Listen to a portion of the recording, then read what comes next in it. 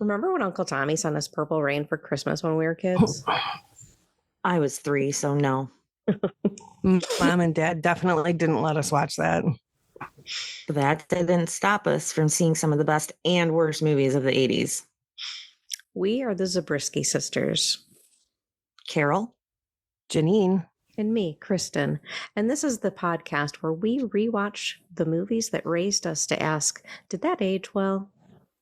We're talking 80s movies, soundtracks, fashion, and plot lines that would never fly today. Plus a few personal stories, a lot of laughs, and at least one sibling disagreement per episode. Grab your VHS tape. It's time to rewind. Welcome to the Shermer High Alumni Association.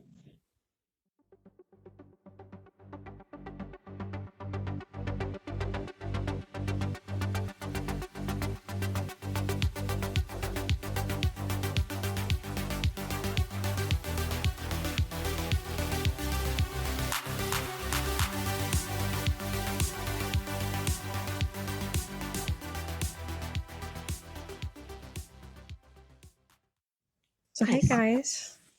Good morning. How are you? Totally phenomenal. How are you? Just ducky. Pretty good. A little early over here on the left coast, but yeah, very early. All is good. So we decided to do a podcast. Yeah, we did. What all started out as a joke has led to this. Yeah. Thanks a lot, Jeannine. I know, it was Jeannine. It was Jeannine. Watching Grease too. It's all because I like to critique movies, especially from the 80s. She had lots of questions. Yeah, there are a lot of questions. But luckily, we've pretty much done all the research to answer them.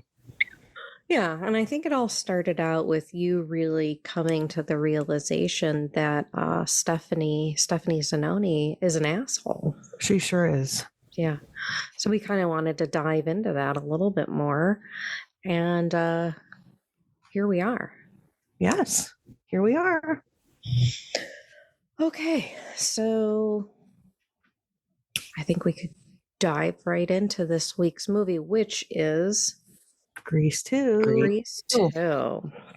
Of course. Because that's what started all of this, was from Jeannine watching Grease 2 and starting that whole chat. And so here we are. So if you've been living under a rock or you're unaware of what Grease 2 is, Grease 2 is an independent sequel of Grease, right? Like it touches upon that previous class of Olivia Newton-John and John Travolta, class of 1958. And we're back at Rydell High, and the movie, synopsis is that we have Stephanie Zanoni, right? Michelle Pfeiffer is the leader of Rydell High's Pink Ladies, a gang of girls who are the counterparts to the Greasers called the T-Birds.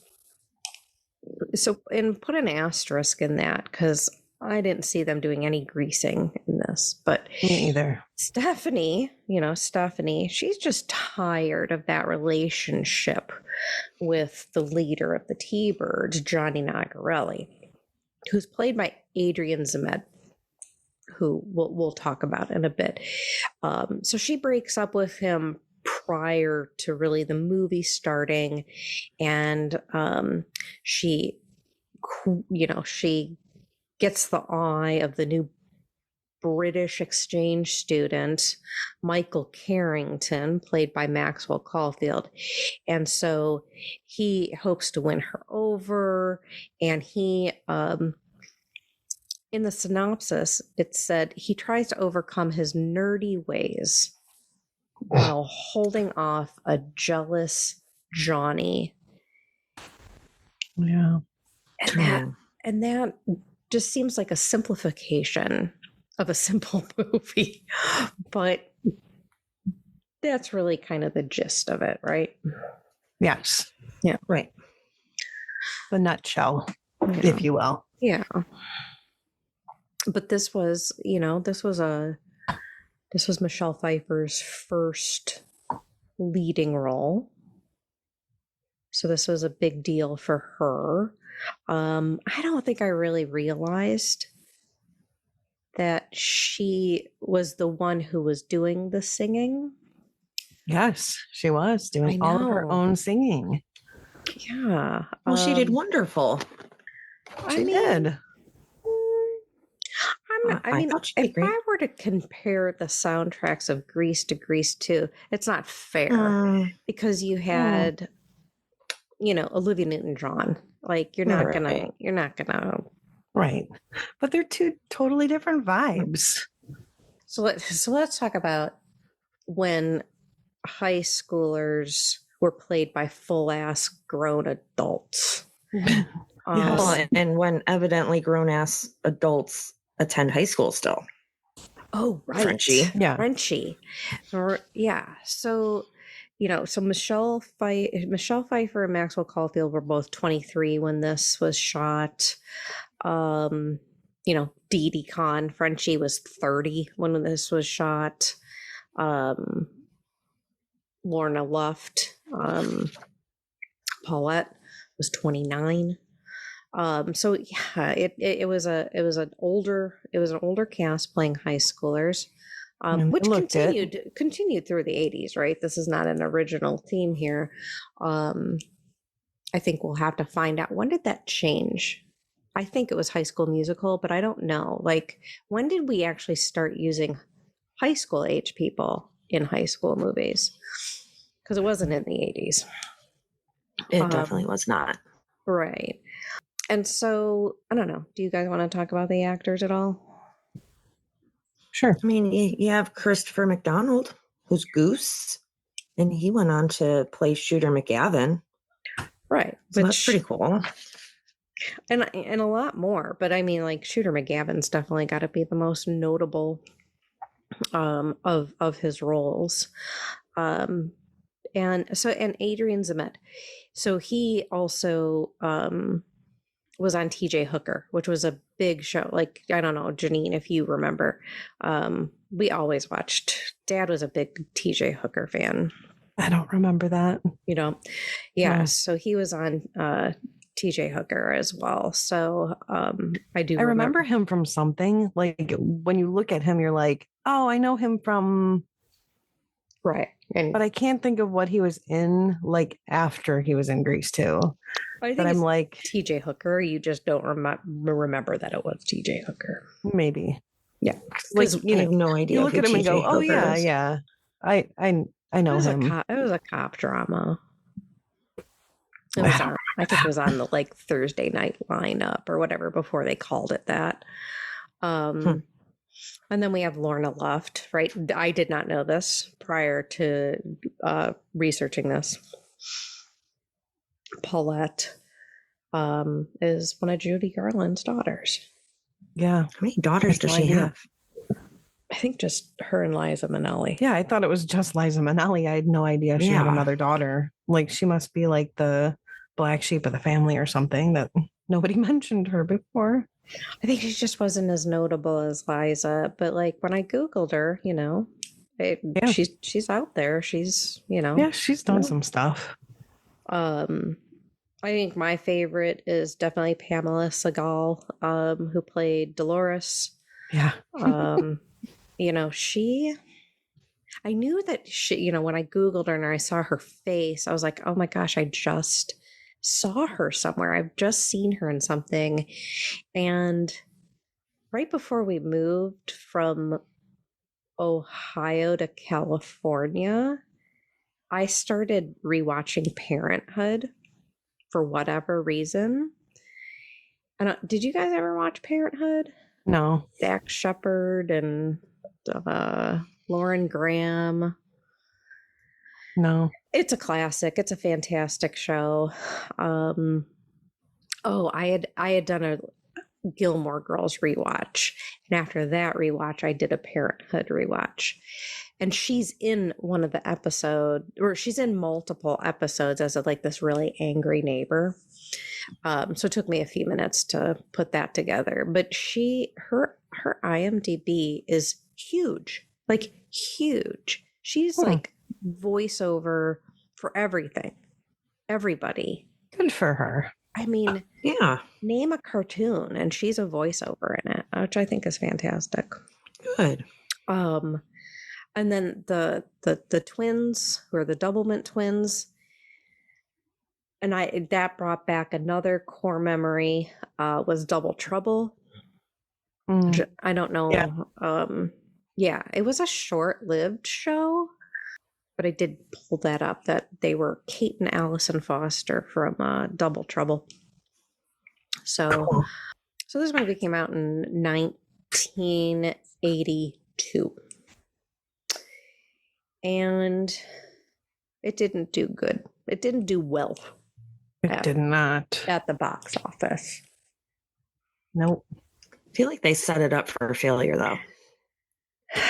They set it up for failure. I mean, that's in because... hindsight after the success of all the competing movies, but... Yes. It came out at the same time as E.T.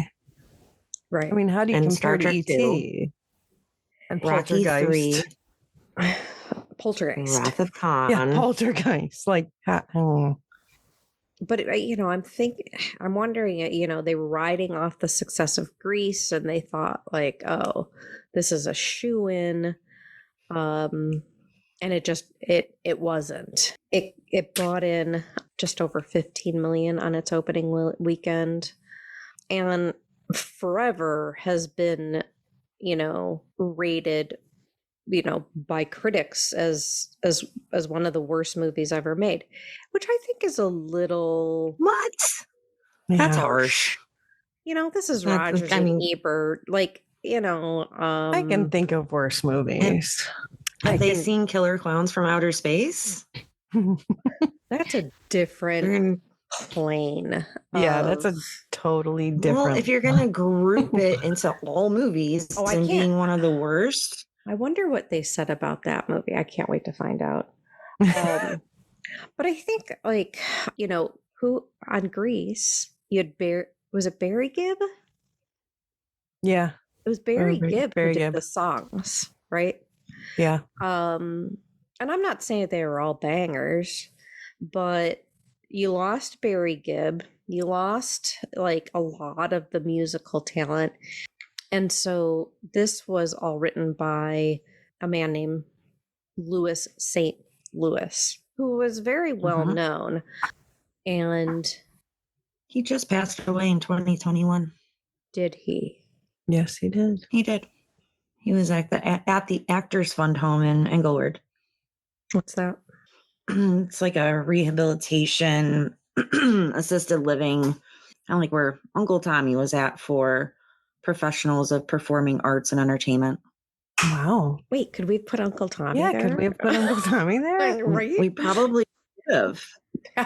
Yeah. What the hell? That would have saved a lot of headaches. I don't know that it was free, but no, it was operated by the Entertainment Community Fund. I wonder if it was part of their SAG benefits, because he kept his SAG membership. Registration. Yeah. Nice. Wow. He could have gone there. Well, let's just rewind time. Yeah, it was for designers, writers, sound technicians, musicians, dancers, administrators, directors, film editors, stagehands, actors, and more. Wow. So Louis St. Louis was there, and he passed away in 2021. Oh, so it sounds like a place that they're taken care of when they're alone. Yes. Oh, yeah. That's kind of sad. It is a gold standard for senior care. Aw. What else? What else? So what else? Didn't have a good opening weekend, but then it became an icon. But when? Like, how long did it take for people to really appreciate this movie? Because as of now, there are fan sites, anniversary screenings, Comic-Cons, I mean, the Pink Lady's costume is iconic to this day. So I'm not exactly sure when it became a cult following. So, but I mean, it had to, because I feel like, and Jeannine, correct me if I'm wrong, but like, I thought it was a fantastic movie when it came out. I agree. I loved Grease too. Like, Same. I mean, maybe not as much as Carole. I love musicals. Yes, same. You do. Yes, you do. She does. Yes. Carole, if you don't know, was a bit of a stage actress as a toddler. And this was one of those movies. So I have to say, like, I think our parents did ensure that we saw every terrible movie made. To this day, Tavia is shocked at the amount of like classic movies I've never seen. But then I'm like, I've seen Midnight Madness and Mr. Mom and like, you know. Yep. So I loved Grease too. Howard the Duck. Howard the Duck. How did Dad let us watch that movie? Right. But I don't think I've ever seen Gone with the Wind. Right. Oh, which is Breakfast at Tiffany's. Also super problematic. But like, I think, you know, Gen X had to have, you know, kept it close to our hearts, right? Like, yes. It was, you know, probably one of those movies that we all remember.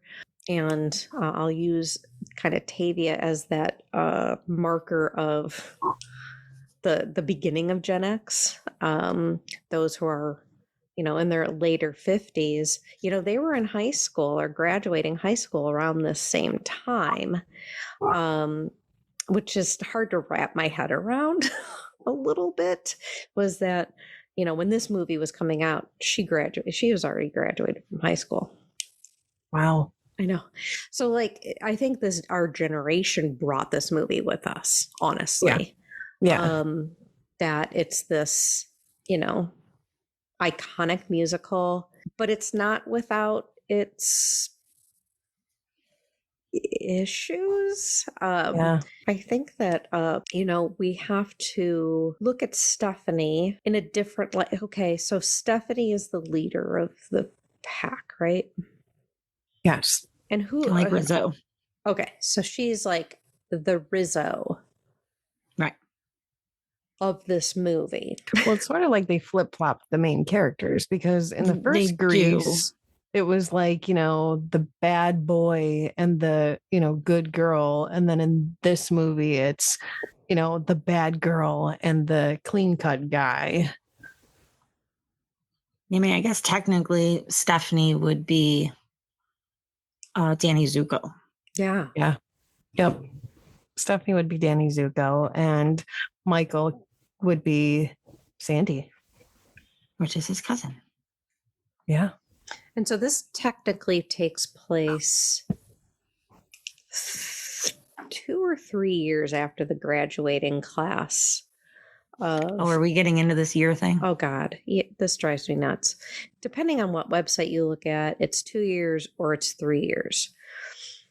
Because yes, we're going to get into the year thing.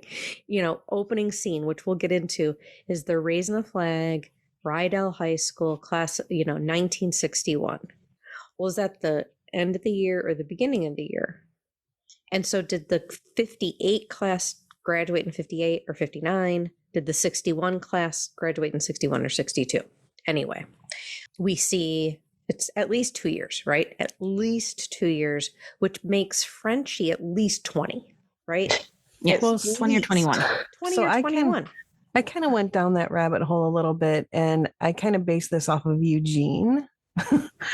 Because Eugene is shown at the beginning, and I thought that Eugene graduated with Sandy and Danny, but it turns out that Eugene was actually a freshman when Danny and Sandy were graduating.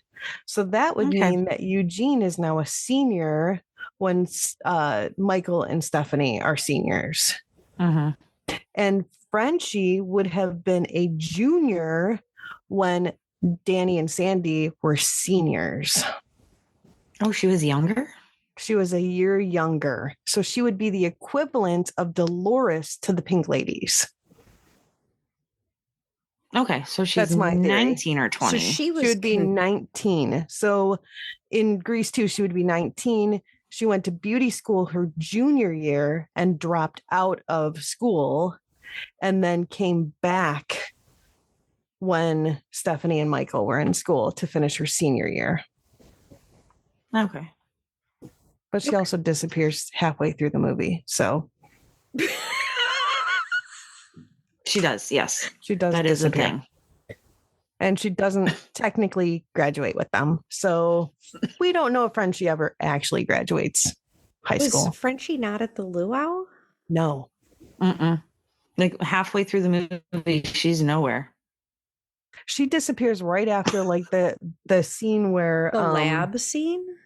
Yes, like where they're kind of joking around and the Pink Ladies walk in. Yeah, that's like the last scene she's in, and then she just disappears from the movie. And supposedly, her and Stephanie are best friends.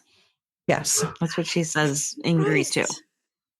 Yes, it's like, well, she's where one of you my at, best bitch? She's friends. one of my very best friends. We need to find out why Dee Dee Khan left that movie. Was she left pregnant? because production told her that she was no longer needed because when they started the movie, the script wasn't done. Right. And so they had written her into that point. And then when they finished the script, they just never added her back into the script where they had stopped. And so when they got to the middle of the script and filming, because they're writing as they're filming, which is what, you're supposed to do, apparently. They got to the middle of the script and they were like, oh, yeah, you're not in the rest of the script, so we just don't need you anymore. They could have. And her comment was that, she felt like production was rushed and that, she didn't like the way that they were handling this, that it was frantic and unorganized. And she was basically told halfway through that they no longer needed her. Wow. So that's what happened to Frenchie. Oh my God. Yeah. So I don't think she ever actually graduated from high school. Poor Frenchie. They could have at least written it like she was a December graduate or something like that, Like that exists back then. She was also 19. She probably should have just been like in some sort of vocational program where she got her high school diploma. But true. Who knows? Apparently back then you could just go back to high school whenever you want. This is my other issue. So there's a lot, you were talking about like fan sites about this movie, and there's a whole like curse of Grease 2. There's this whole theory of the curse of Grease 2 and the actors, and that'd be a whole different podcast to go into how this movie affected all of these actors. But I think on the whole, especially for the lead actress who went on to, she's become an icon. I love Michelle Pfeiffer. Right.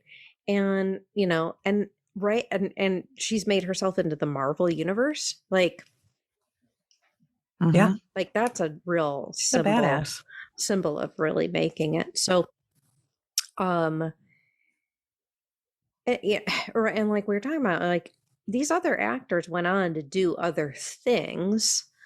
Some didn't, but Maxwell Caulfield was one that he blamed Grease 2 for basically curtailing his career. That's on you, dude. And I think that I don't think that's true. Not at all. And so I don't know. What was he doing before this? He was a new dancer. Shut up. No. At the Windmill Theatre in London. Like, was it the Windmill? Yeah. Oh my God.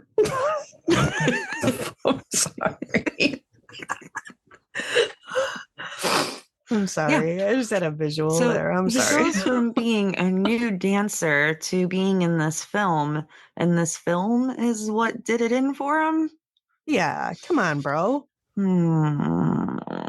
Okay, so he came to the U.S. You didn't have a career before that. Well, he so it didn't ruin anything. Hold on. I'm sorry. It ruined his new dancing career. Hold on. He was in plays. He was in. It doesn't look like he was on. Oh, he was in The Elephant Man, so he was on Broadway. Oh, he was in Entertaining Mr. Sloan. Yes, that's it. Okay. So he was on Broadway. That's how he was discovered, because Alan Carr saw him in Entertaining Mr. Sloan. Okay. If anything, this was a stepping stone for him. And so this is a him problem or his agent problem,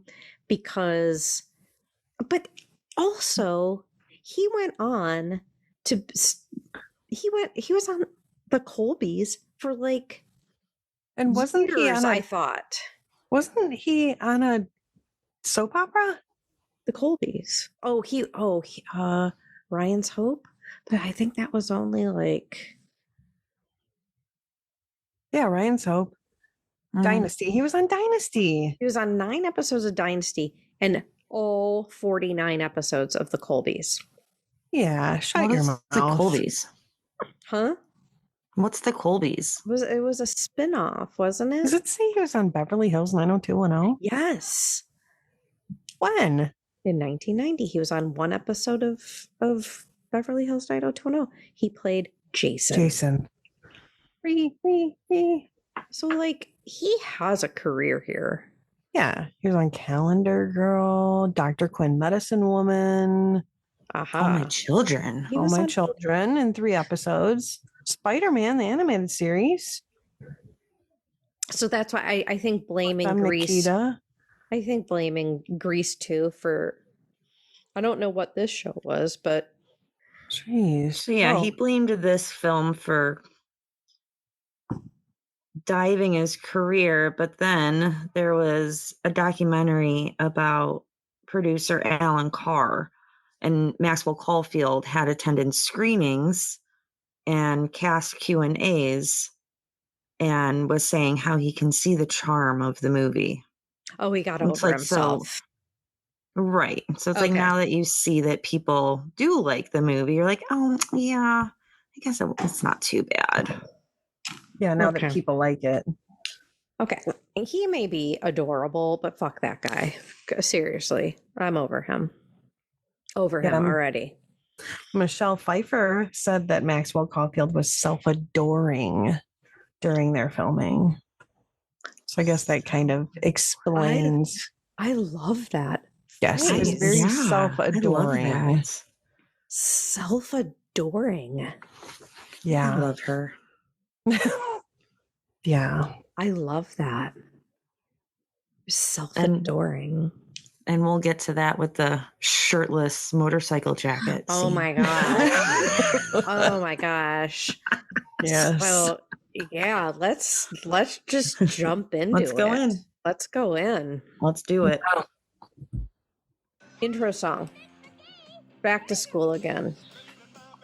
Yes.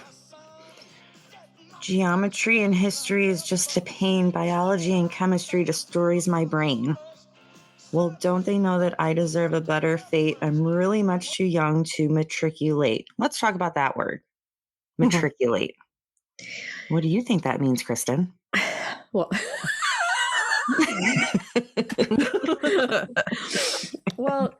when I had to look it up, but I was like, it either means to learn or to pee. I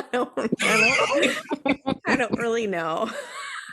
One and the same. So I had to look that up. But even more specifically, it does not mean to pee. That's micturate. But matriculate is to be enrolled in college. Yes. So yes, they are too young to be enrolled in college, and that's why they are seniors in high school. Right. So what are they bitching about? Well, I'm going to go with Louis St. Louis enjoyed how it rhymed. That's the only Okay, we'll go with only that. thing I can think of is, you know, is that. So we see the pink ladies, you know, pull into the parking lot, and I get this is a movie set, but like they just come barreling in. And this is exactly how high schoolers still drive today.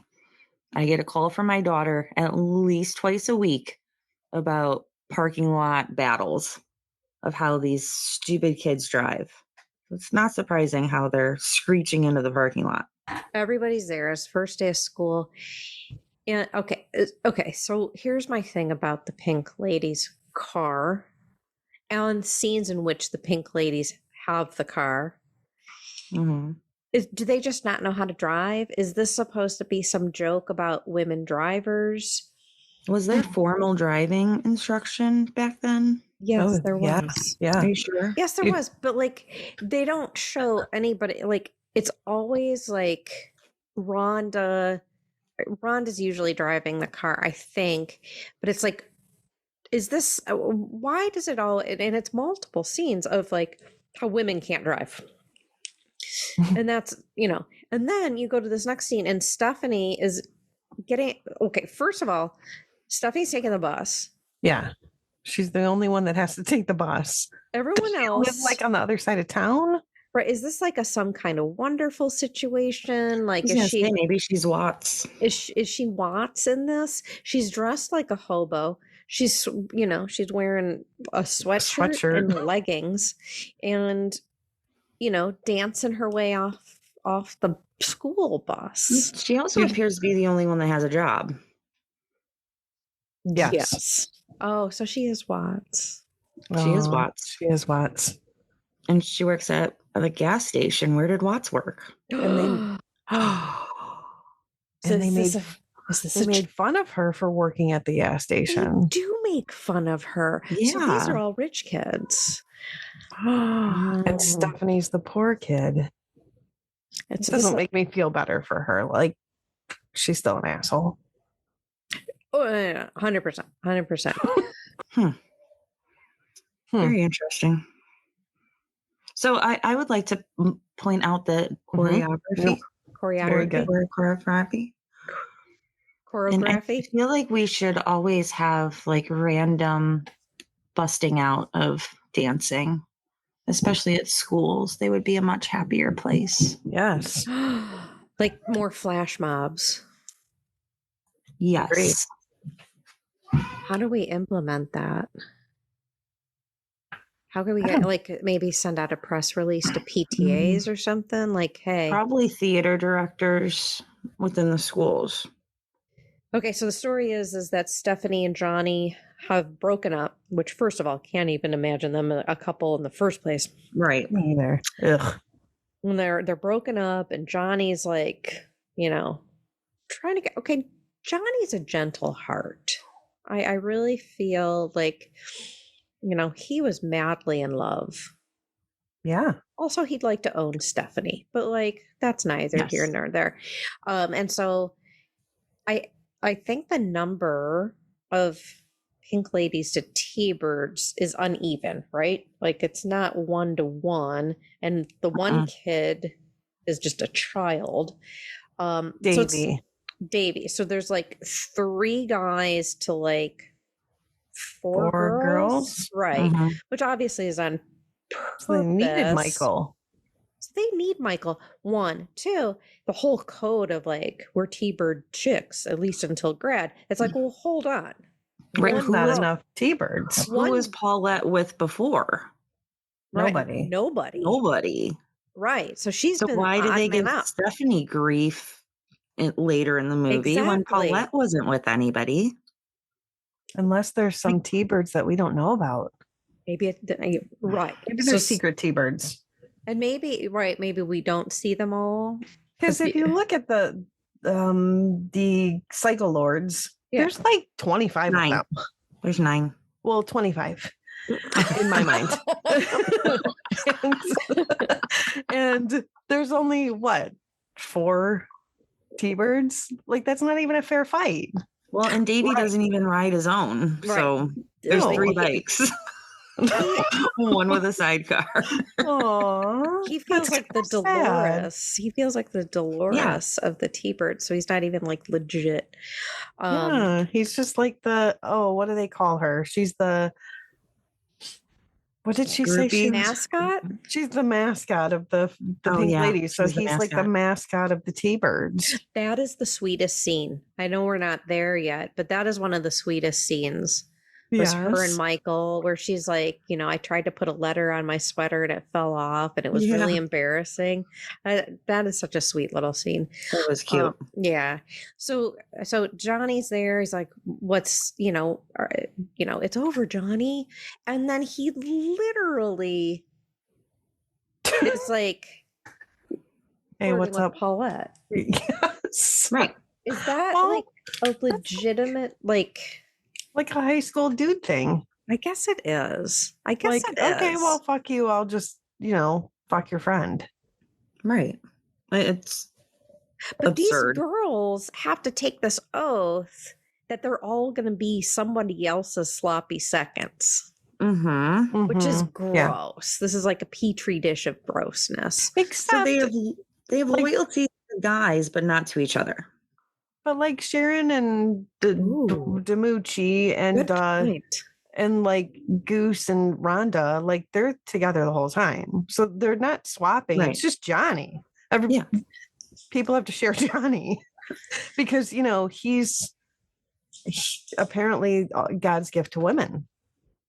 And being Stephanie, I would be looking at Johnny and Paulette flirting and be like, what are you doing? Like, even though we're broken up, that's still this is still fresh. But that goes back to the point that Stephanie just really does not care about him. Right. But still, if she really doesn't care about him, she's just like, I don't give a shit. Go ahead. You can have him. I really wish I knew what happened. I know. I wish you were there. Right. Yeah. I was there to know the whole backstory. She really does not care. Eugene brings Michael into the school, or like they're walking in the hallway, and he says, take a locker and lock it because these guys will steal everything. And so that's where the first encounter of the T-Birds with Michael happens. Here's a little tidbit about when they open that locker is the license plate that's inside the locker goes to Grease Lightning, the car. Nice. Really? Yes. That's pretty sweet. And there's also a pack of cigarettes and I think a wrench that was from the auto shop in Greece. That's cool. Fun facts. Fun fact. So this is Stephanie and Michael's first interaction, and she asks him if he's okay, and he and then tells him, "Don't let these guys bug you." And he says, "I won't." Well, and the reason that she even ran into him was because they were going off to class, and the one girl with the braids, I'm obsessed with her. I'm obsessed with her pants, and so she runs back and grabs a skirt. Which I find fantastic. Like, you're wearing a skirt with a sweatshirt. I love it. Yes. I love it. This is fashion for me. Yes. Like, I love and that. she's just wearing the pants underneath the skirt and just pushes them up so she can take the skirt off and just have her pants on. I love that. I'm 100% for that. So yes. I love that. Then Blanche plays the xylophone. And Miss McGee gives the announcement. Frenchie is already in the lab mixing chemicals on the first day of school, and it's the first period of class. So like how she was given authorization to already be mixing chemicals on her own, I'm not sure. Then Miss McGee says something about the band. If you want to try out for band, if you play an instrument, it's better to play with a group than to play with yourself. And everybody starts laughing. Because that's hilarious. It is hilarious. And then Frenchie's chemicals explode. And that's when Miss McGee announces that if you join the talent show, you could win 100 long playing records. And then Miss McGee announces that there's a new student, Michael Carrington, all the way from England. Oh, and that Mr. Spears is back from his mental exhaustion. Yes, mental exhaustion. While he's popping pills in front of the students. I can't tell, like, if I don't know how I feel about that. That he was a drug addict? And he wasn't a drug addict.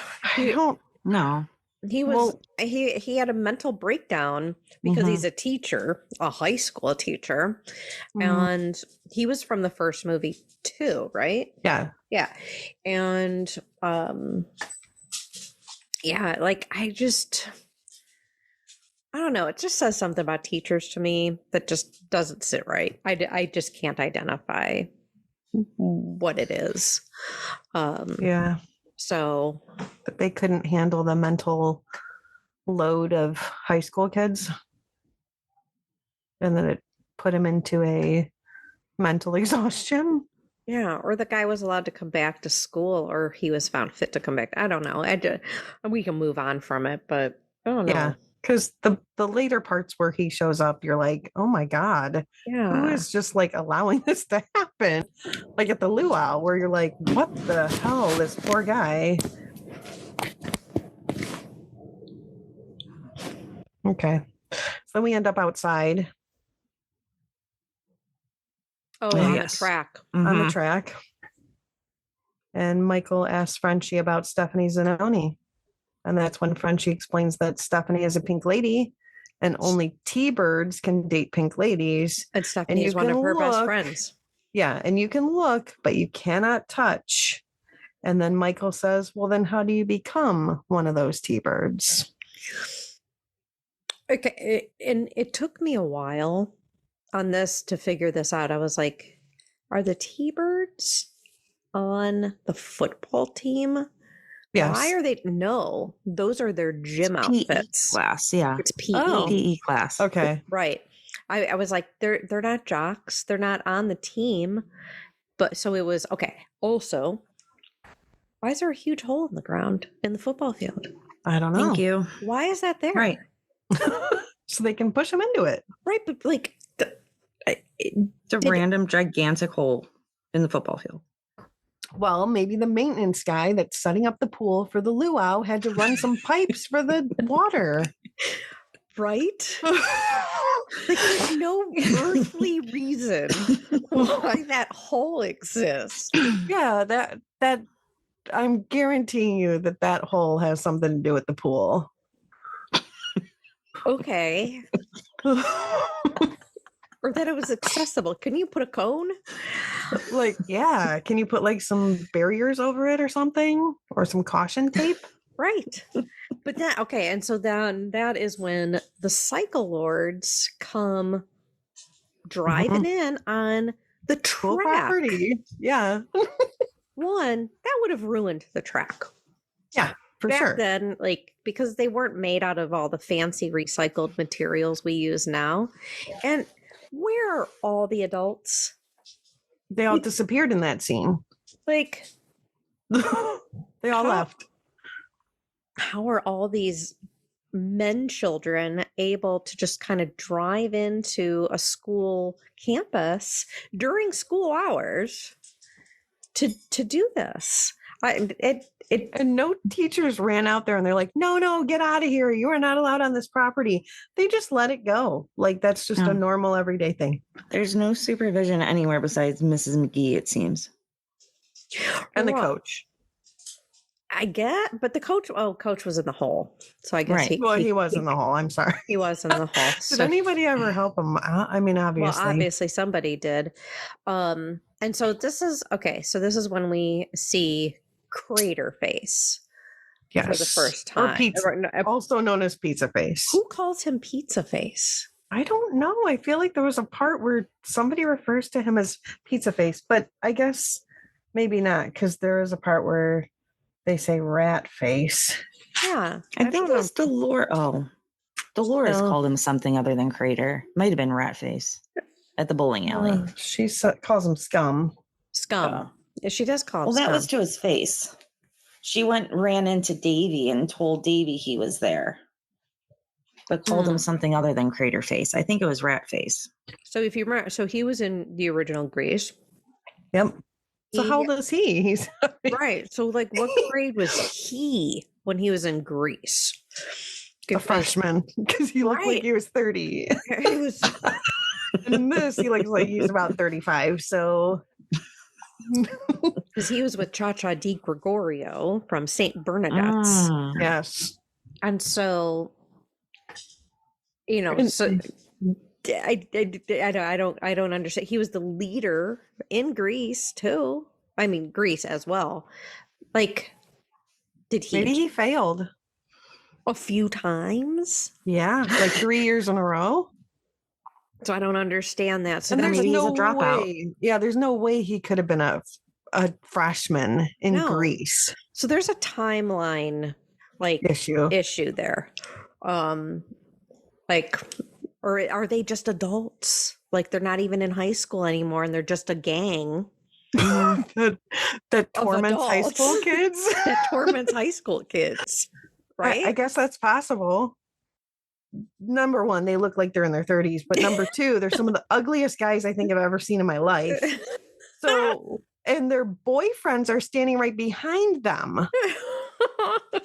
And it's like, that was weird. And then they just turn and go, "Are we bowling tonight?" And the guys are like, "Yeah." Like you just got done flirting with the enemy and now we're just going to go bowling. Like, that's cool. So that's strange to me, but okay. So now we're bowling. Yeah. Okay. Let's go bowl. So I think it took me until this watch that I realized that Johnny and Stephanie wear something different than everyone else because everybody's in matching outfits, right? Yeah, I noticed that too. Yeah. So I was like, but then my issue again, the sunglasses. Well, she's got to look cool, act cool, and be cool. You're indoors and it is nighttime. There is, unless you are like on a lot of drugs where your pupils are requiring you to have some sunglasses on, there's no reason for that unless she has some sort of light sensitivity, which I don't know about. I'm not judging. She could, because she does have blonde hair and blue eyes. She does, but like also, so it again, Stephanie, take the fucking glasses off. Or she's just trying to look cool, man. Let her be cool. I think this is the scene where she really just starts to grate on me. And so everyone's okay. We used to bowl all the time. I think I was on a bowling league. Perhaps Mom was on a bowling league. I used to go to on the mornings. I would go to her bowling league. Did you? Yeah, I did. I remember her bowling, but I don't ever remember going. Like, Westgate Lanes. You don't go in the lane. Yeah, so everybody's dancing on these waxed lanes. That's impossible. There's no way you're going to Everyone would die. Like, everyone would just fall right over. And they're like spinning around. They've got partners out there. And it's like, all these people just... Unless there's something we don't know about 1960s bowling lanes, maybe they didn't wax them then. Listen, we used to go to Madison Lanes, and we used to go to May Halls, Madison Lanes and May Halls, and we would see that machine that would go up and down waxing the lanes. So, I mean, mind you, this was the 80s, but I'm assuming that it was the same process in the 60s. I mean, it had to have, because it's there. It's waxed for the bowl. Right. They have to be waxed. So I don't know. Do they just not wax them for the nights that like the Rydell High kids are there? So they could dance. You know what? Hey, Ralph, don't wax the lanes tonight because the Rydell kids are going to be here and they got to dance. So, I mean, it makes no sense. And we also have to talk about how Johnny and Paulette have like a ton of sexual tension. Like there's a lot going on there. And also the issue that I have is the dancing with the bowling balls is, I mean, I'm sorry. I do a lot of lifting with weights, above my waist. And I'd say if you're going above 5 pounds in both hands, well, they're only holding one ball. Yeah, like they're not fooling anyone. So I was like, now I got to research how much those balls actually weighed. And it turns out that Brunswick made those balls specifically for this movie. What? And the outside Are they styrofoam? The inside was made of styrofoam. Yep. So the balls weighed less than 2 pounds. The outside was plastic, but the inside was just styrofoam. And that was so that the cast could specifically dance with them. Where are these balls now? I don't know. God, I wonder if they've ever gone up for auction. Some stage house in LA somewhere. Probably. That'd be cool. So they have this wonderful dance with the bowling balls. And then Michael shows up in the parking lot and he's practicing how to ask people to bowl with him. So what etiquette book is he reading? I don't know. An etiquette book on bowling. Yes. Right. I didn't write down what he actually says. I think he says something like, would you care to throw some balls? Something of that nature. And it's like, who says that? Fancy and who are you walking up to? And would you fancy a game of bowling? Like who? That's pretty hilarious. I feel like in today's day and age, we need it was like a Cliff Notes book on etiquette for certain situations. Absolutely. Like asking people to bowl with you. And I feel like we need to maybe oh my God, I just came up with a $1 billion business idea here, right? Yeah. Pocket etiquette. Children nowadays don't know how to talk to anybody, so they Nobody need some knows how to guidance. have a conversation anymore. They don't. Right. Damn COVID. So apparently this is when everybody is packing up, getting ready to go get some food. And they're standing at the counter and can we back up? Back up to before that. Yes. Is Johnny drinking beer? Oh, yes. Yeah. Yes. Yeah. So he's drinking beer and next to the nuns. The nuns in full habits. Yes. And yes, legal drinking age was 21 back then. Well, I mean, was it? Kristin, how old were you when you were starting to drink beer? Was in a public place? I mean, I'm sure somebody. Hold on. What about near beer? What's near beer? It's like non-alcoholic. It was like the non-alcoholic version of beer back then, but you could buy it at any age. But it looked like he was drinking a Budweiser. Not in the 1960s, non-alcoholic beer, then often called near beer, was available in the United States, but it wasn't as popular. Okay. Yeah. So it was less than 0.5% alcohol. So today we call it non-alcoholic beer.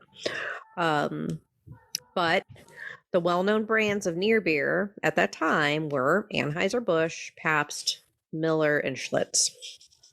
Nice. So, and he would have been of age to have near beer. So he could have been drinking near beer, but I like the idea that he was just legit drinking. Right. He probably just went behind the bar and grabbed a beer and started drinking it. Or maybe didn't someone even pay for it. Set it down and they left and he was like, I'm going to drink what's left over, or who knows? Maybe it was the nuns. Okay. Yeah. So so now we get to them, they're leaving, right? They're packing everything up and Johnny goes in for that kiss with Paulette, right? So many things happen within a span of 30 seconds. Yes. Okay. Why is Dolores staring at them like that? They're kissing and she is literally right next to Paulette just staring at them doing this. I'm assuming she's thinking exactly what we're all thinking. Like, why is this happening? Like, what the fuck, dude? You were dating Stephanie 2 seconds ago, and now you're deep throating my sister? Like, but it's uncomfortably close. It is her sister. I mean, I think she was just sort of in that position to begin with and just sort of turned and they were right next to her, you know? She could have also been observing on learning how to kiss. She was, what, 15? Yeah, true. Like, maybe she was just dumbfounded. Like, what the hell is this? Right. And so then he's just like, what does he say? Oh, great. Like that was that's for best average. What about for best score? Like, how fucked up is that? Very. So messed up. Like, oh my God. You go back to the locker scene. Like, well, he pulls on Stephanie and says, what about for best score? Yes. What about trophy? Wait. Trophy for best score. Oh, yeah. Oh, I ain't nobody's trophy. But like, she ain't nobody's trophy. Like, how traumatizing for Paulette there. Yeah. Oh, yeah. Can you, I'm trying to conjure up some sort of high school boyfriend here. And I'm really trying to imagine, like, if I was in this position, it would be devastating. Yes. And you can see it on her face, and she comments on it, but it's like, how could you do that to not only to Paulette, but to Stephanie too? I mean, I understand that she doesn't give a shit, but at the same time, like, you're doing that just to make her jealous. And then ends up with Paulette. So like, you used her to make Stephanie jealous, but then ultimately you're just like, yeah, I guess you'll do, since you're the only pink lady that's left. Right. Okay. Yeah, so Paulette was always just like second choice. Which is so upsetting. Like, it is, because Paulette's beautiful. I mean, but if she has to be a T-Bird's lady, then I guess her only choice is Johnny, and Johnny's only choice is Paulette, since Stephanie doesn't want him. True. So they're stuck with each other. Right. And so he knows that, and he's using that to his advantage. Asshole. Like, I'll just stick my tongue down your throat, but then also I can ask Stephanie to make out with me too, because you don't have a choice. What an asshole. And this is the scene where Stephanie ends up kissing Michael, because she can just out of the fight. She can kiss whoever she wants. She can whoever she wants. Kiss the next guy who walks through that door. So they all leave, and then Michael comes in, like, asking, like, is it too late to join the game? And the response is so weird. Yeah, they're all like, food. What? Food.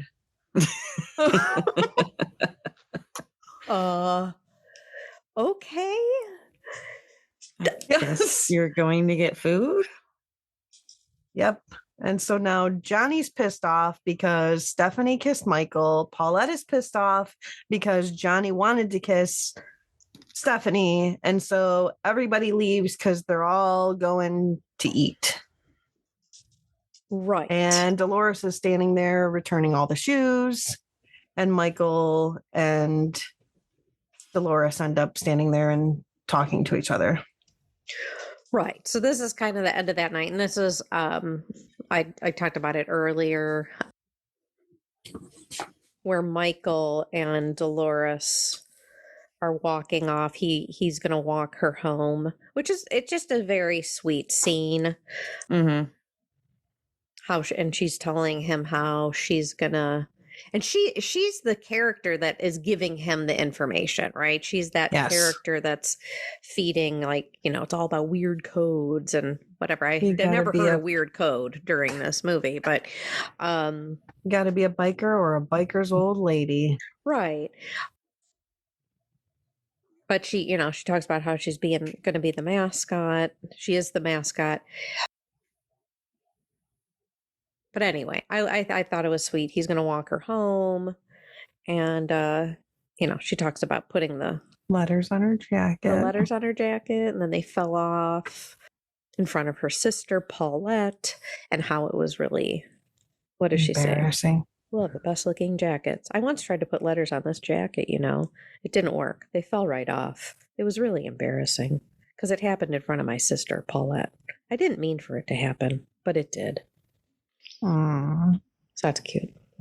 Okay, again. Somebody have a sewing machine or some stitch witchery to help her out, man? Stitch witchery.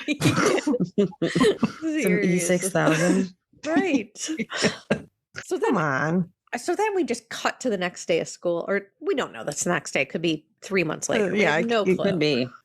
I think that this timeline has to be after the holidays because they're already doing the auditions for the talent show, which is in May. When Michael builds the motorcycle and he does that, the montage happens where he's teaching himself how to drive. It's fall. Yes. Is that what fall looks like in LA? Yeah. Well, that's what maybe December would look like. It was maybe more like spring. No, but that's not what LA would look like. It's fall leaves. We'll get to that. We'll get to that scene, but you're right. And that's when I was confused about the talent show. Like, was it a Christmas? But it's not. So do they rehearse for this talent show for like 6 months? Yeah. Right. Sounds like it. I mean, they would have to, considering the Girl for All Seasons. Like that had to have taken quite a while to produce all those costumes. They weren't expected to have that dramatic of a show. That's true. That is true. Anyway. Feel like I want the script. I want the script for this because I don't understand that.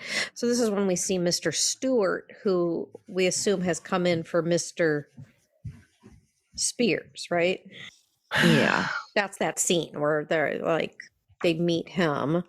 And that's when Mr. Stewart then meets Miss Mason, played by the legendary Connie Stevens. Yes.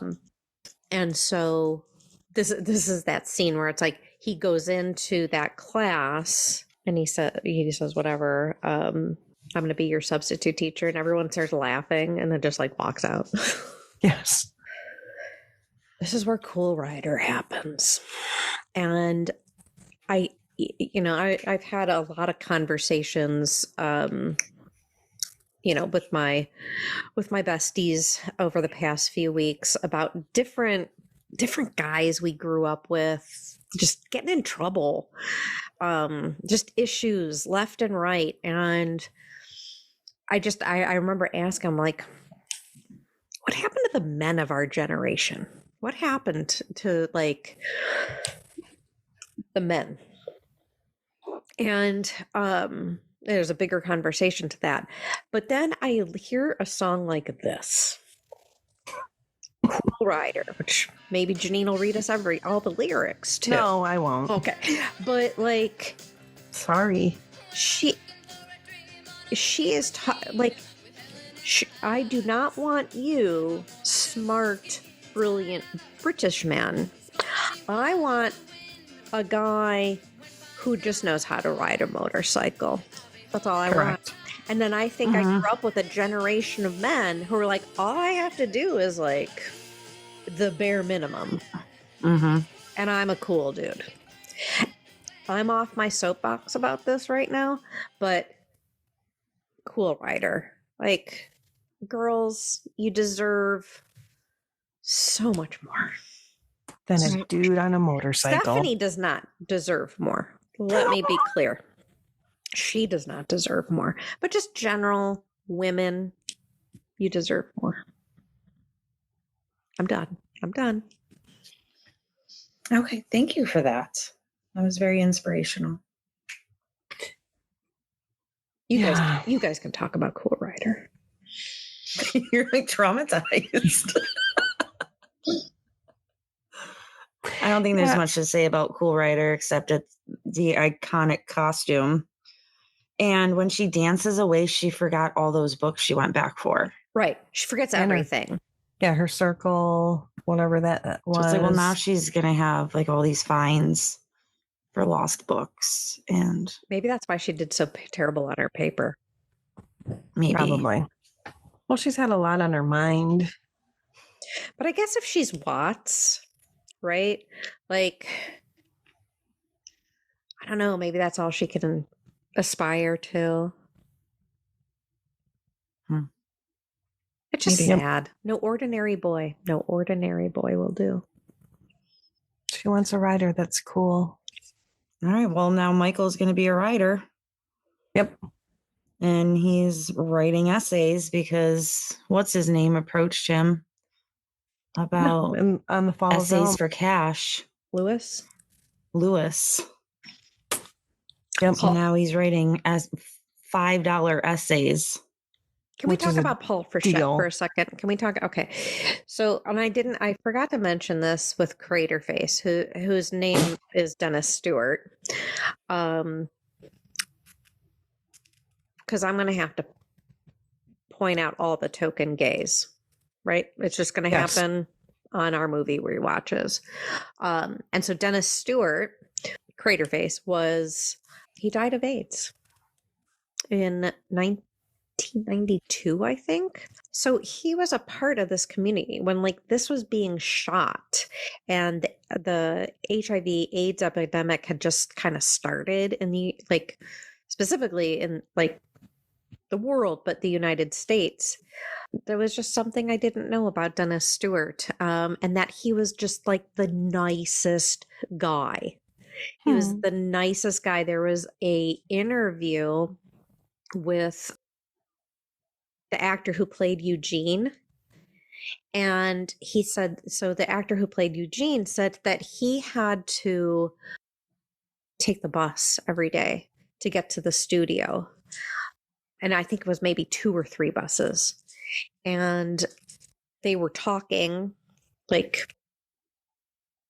at one point, and Eugene, I don't remember the actor's name, said how he was having to take the bus, and Dennis Stewart was like, not anymore. And he picked him up every single day and drove him to and from the set. Aw, what a guy. I know. Wow. So there was just and he was a trained dancer, So just a little thing to know about Dennis Stewart, rest in peace.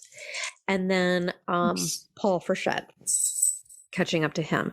So he's Lewis. And so he is married to David Warren, who, if you've watched this, or I know Alana's watched it, is Why Women Kill. Yes.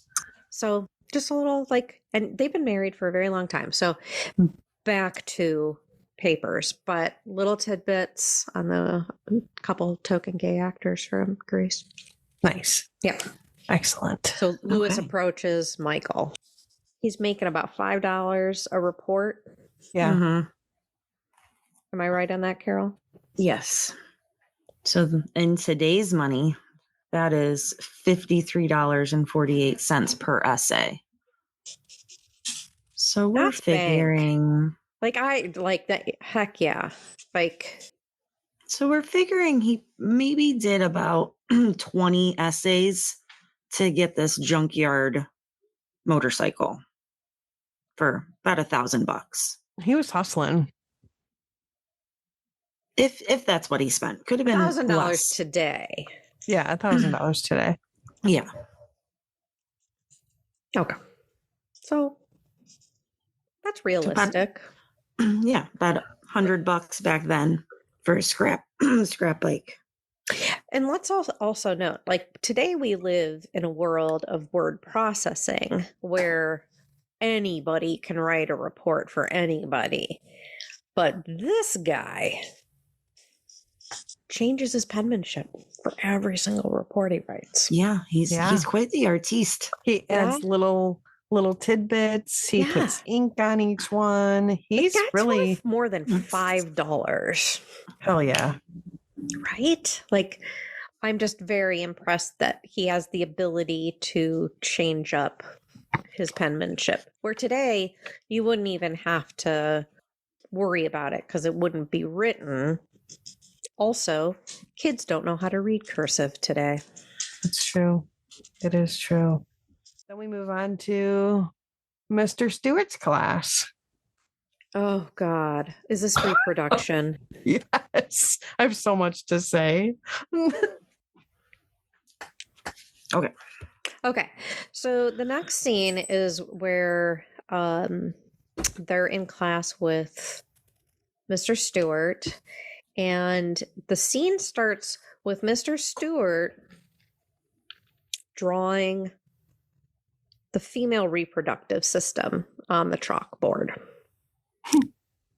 But also next to that, you see, also drawings of flowers, maybe? Yeah. Pollen. Yeah. Flowers to pollinate. Right. And I think any of us that took sex ed know that, they go hand in hand. Not at the same time, though. Like, it's like they combined first quarter and second quarter together in one class in one day, right? Yeah. Yeah.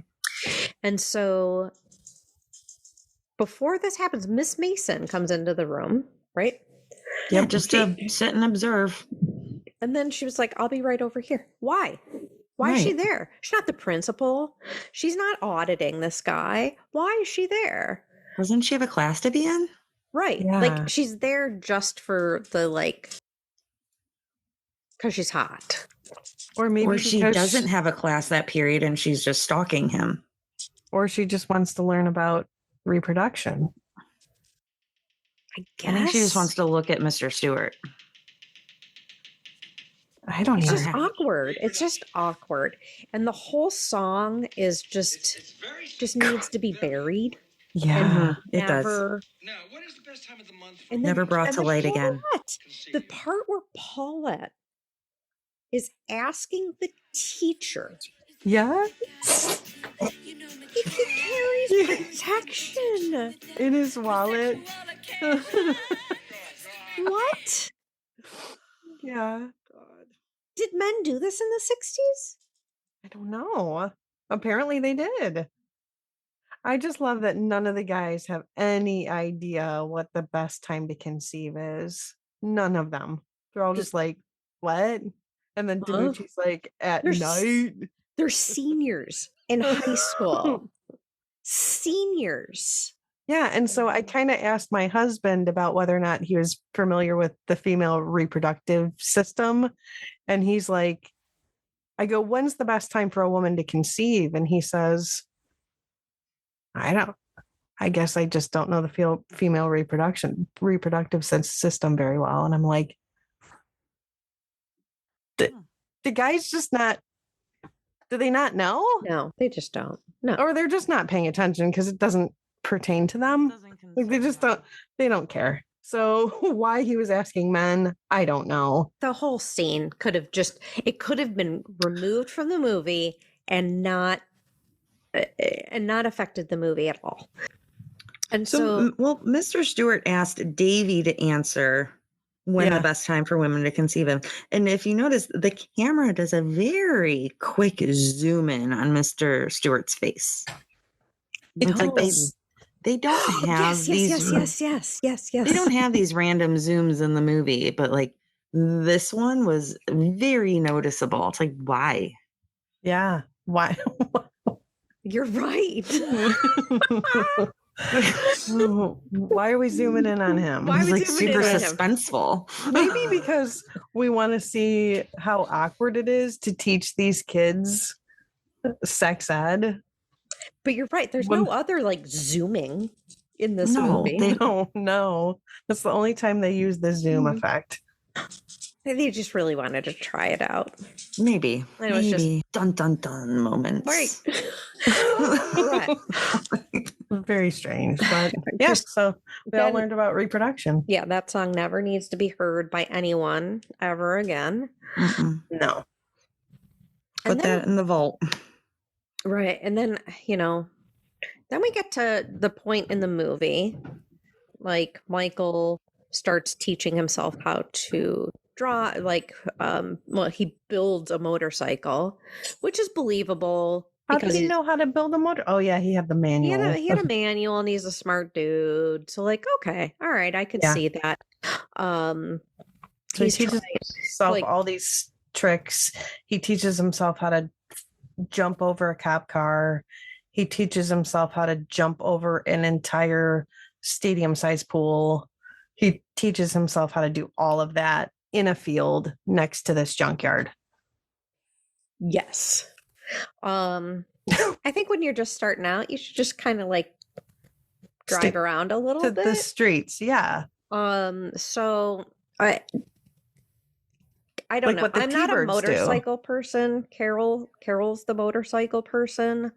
Yep. I just don't know that he was just diving into stunts. He was. It was a little ambitious for being a first-time rider. He's a high schooler. I mean, right. He's got to impress Stephanie. So I think he had to go right into the stunts. I mean, and to be fair, it's like the smallest bike you can get. Yes. I know, itty bitty. It was a little baby bike. Yeah, and then we're back, and there's then the scene we're back at bowling. This is the scum scene where Dolores sees Crater Face and Balmuto outside, and that whole deal happens. Yeah, and Balmuto's out front and he's all alone. And so that happens. But also, again, I'm not a motorcycle person. Being able to just sort of great timing, being able to just drive by and kick somebody in the face. Right. Does he kick him in the face? Because I watched that over and over again, and I swear he kicks him in the chest. Okay, fine. He kicks him in the chest. He kicks him somewhere. But we missed the part. This is the best part to me, is when, Dolores goes in and gets Davy. Davy runs outside, and by that time, everybody from the T-Birds have disappeared. And so he's out there by himself. And he runs out there and he says, "Hey, where is that rat-faced Balmuto?" And Balmuto says, "You looking for a rat-faced mouse brain?"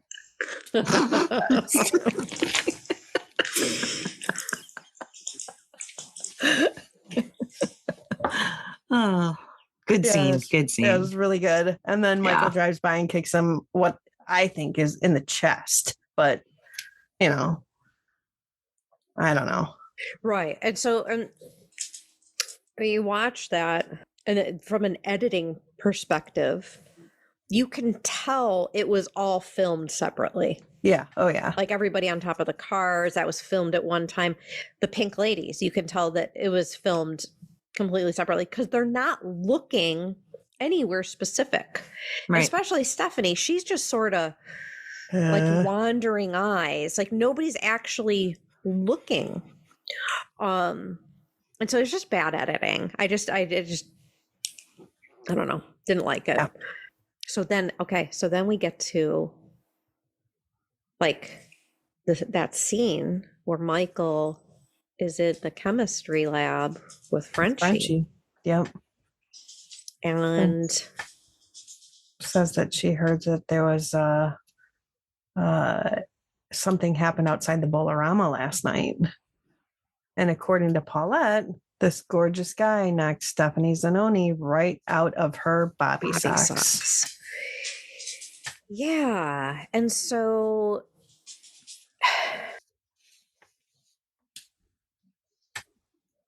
and this is where Frenchie disappears from the movie. Right. Aww. She's not in the movie beyond this scene. So I think that's a great point. But okay, so then the Pink Ladies come in, and again, Stephanie is just rocking this Wyoming lesbian look. Yeah, like don't give a fuck attitude. Like and then she's mad. She's like mad at Rhonda for some reason, hits her. But that conversation, that whole scene could have been cut. Again, I feel like it could have just been cut, except for the fact it's the last time we see Frenchie. Yeah. Mm-hmm. And it wasn't productive at all. It didn't lead into anything else. No. Besides Michael again being scared to talk to Stephanie. He does ask her if she's ever read a Superman comic. Yeah.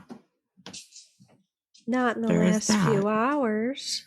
And then Rhonda says he needs the guidance counselor. So there's so much to talk about in this movie. That I think, we're going to have to go to a part 2 here. There's just a lot more to talk about. There's a lot more to dive in. A lot more to dive into. So a lot of questions. Yeah. So I guess that's it for this episode, our first episode, which we're going to drag out into a whole other second episode. Yes. Yeah. So please listen to the second part. Right. And because it gets even better. Oh, it does. Yeah. So much better. Yes. So until next time, thank you for joining us here at the Shermer High Alumni Association. Bye. Bye.